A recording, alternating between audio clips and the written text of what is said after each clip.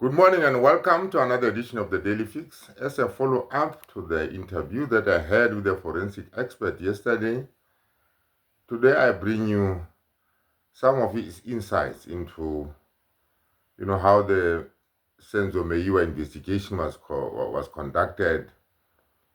So let us hear what he has got to say. Good morning and welcome to another edition of the Daily Fix. I am a usual host and presenter, Advocate Tulo Hoyani.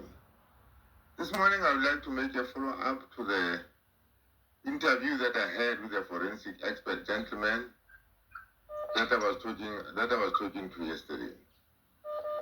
This is in order to enlighten us about the technicalities of forensic investigations, to unravel us for us laymen to understand, because this is a very technical field and yet a very important one for purposes of our understanding of what really went on in that place at the Kumalo house following the shooting of Senzo Meyiwa.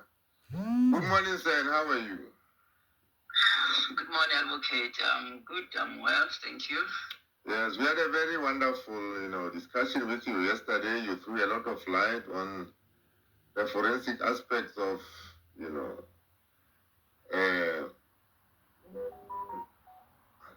the forensic aspects of the Senzo Meyiwa investigation. Can we take that a bit further now and give us some more insight into what is going on here? Especially, let us start first perhaps with the crime scene. Thank you very much for having me once again this morning, Advocate, and thank you for the feedback. Yes, let's talk about the crime scene. We say a crime scene is the starting point of investigation, and we say a crime scene is a mute witness. We are saying it's a mute witness because it needs somebody who is trained, who is knowledgeable, who can be able to identify, recover, interpret, and analyze forensic evidence from the crime scene. So it's very important for a crime scene to be at all times be secured and preserved, so that this evidence, this forensic evidence, will maintain its integrity. The experts will be able to find it in its original state so that they can interpret it accordingly, properly, and give us the proper analysis. So with the Meyiwa scene, there was gross contamination, as if one may say. There was gross contamination. The first contamination we see is when the people in the house had to clean up the scene, had to change the perspective of the scene. That is where the first contamination occurred. Then the second one is when now the police arrived and failed to seal off the crime scene, to cordon the scene off so that there is no access into the crime scene except and only for the people with some roles to play within the crime scene. Unnecessary personnel was not supposed to be found in the crime scene. Like we heard from the court that more police officers had access into the crime scene, by so doing further contaminating the crime scene. So now the implication of not securing a crime scene or not preserving the scene is that there will be contamination, there will be cross-contamination, and there will be a lot of critics as to the originality and the integrity of the evidence.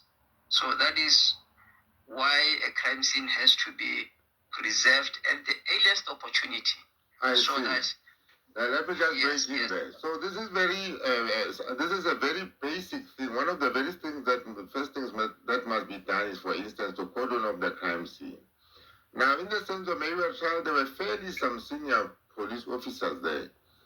How could they have possibly failed to secure the crime scene and treat it as a crime scene?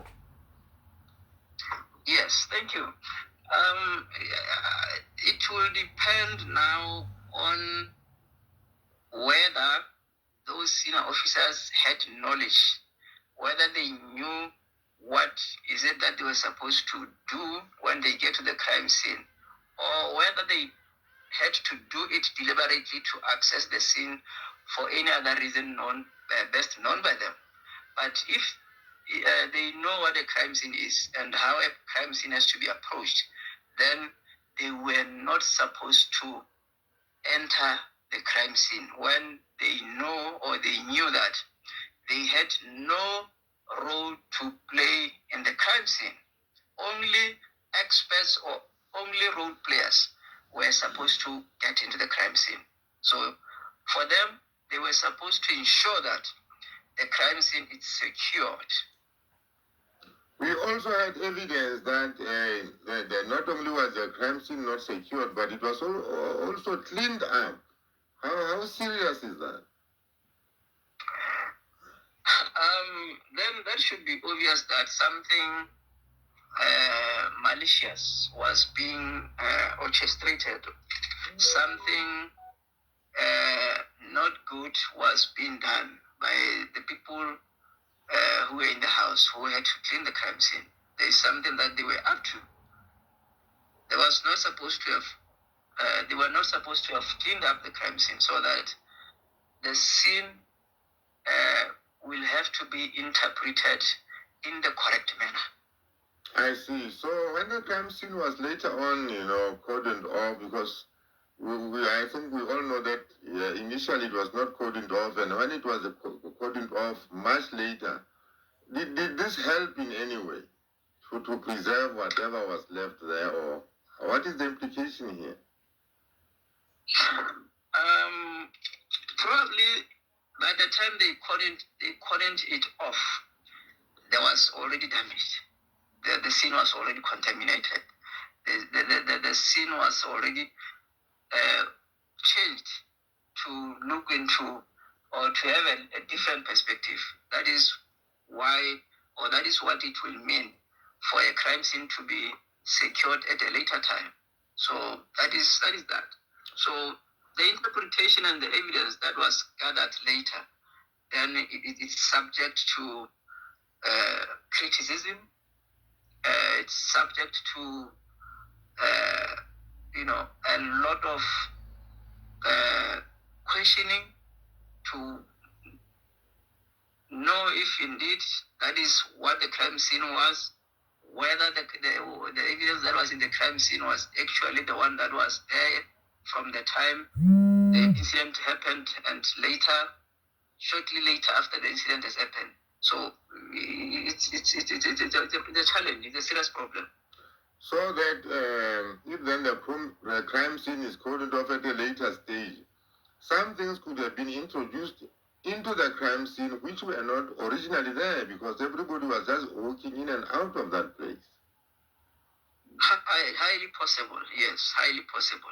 That is why we say it must be preserved or secured at an earliest opportunity, so that we guard against any foreign material or objects that may be introduced later into the crime scene. That is the whole essence why we need to be quick to preserve the crime scene. I see. So now, having contaminated the crime scene, is it possible to reconstruct it? How is that information which is lost? Is it retrievable? Can we ever find it? The reconstruction and analysis will be not so accurate as it would be when the scene was not changed. So that is what I can tell you. So remember, we say a crime scene will be a crime scene from the time of occurrence and a short period later after the occurrences or the incident has occurred. So once the scene is disturbed, or once the crime scene is contaminated, then we are not going to have the original crime scene that was there initially after this incident occurred. So once the evidence is lost, once the evidence is damaged, we cannot recreate the scene, we cannot reenact the evidence, cannot put back things together in the original spaces or in the original locations. That is a very serious one. That one. I see. So what is the quality of such evidence? Evidence which is, gathered after a crime scene has been tampered with or disturbed? Yeah, the quality and the value will be compromised, like I was saying. We are highly likely to get a low quality evidence and low quality results. That is the essence of it. Meaning that sort of evidence can easily be challenged in court because, its reliability is doubtful. It has to be challenged, yes. It has to be. Somebody has to be there to account, to explain, to cast those shadows out, to cast them off. Somebody has to be there to explain that, all that, to make everybody believe. And in the sense of Meyiwa investigation, there were so many policemen who, entered that crime scene and exited that crime scene, ordinary people. Let us talk about the police officers. Surely they should have known that these are standard things, which ought to happen at a crime scene. Yes.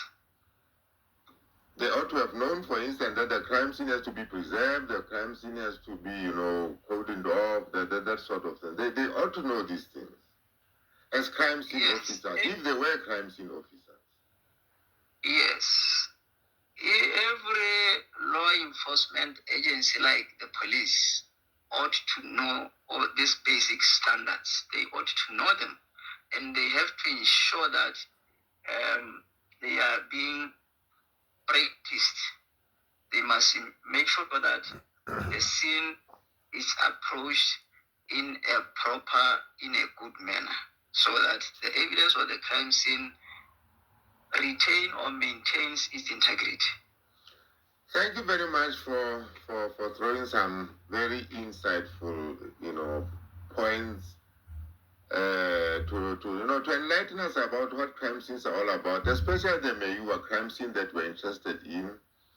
We will certainly take up this in the next episode, which should be, I think, tomorrow, when we look into other aspects. Thank you very much, sir, and have a nice day. You're welcome, sir, and enjoy your day too. Thank you. There you have the forensic investigator. Need I say more? Like I said, I don't want to contaminate. So we have a contaminated crime scene here. So I don't want to contaminate with his views with mine. You have it from the forensic investigator that the crime scene was tampered with, and that was fatal for the investigation from the word go. So in the next episode, we are taking this, analysis further. And I really hope you are, benefiting something from this analysis, and have a nice day.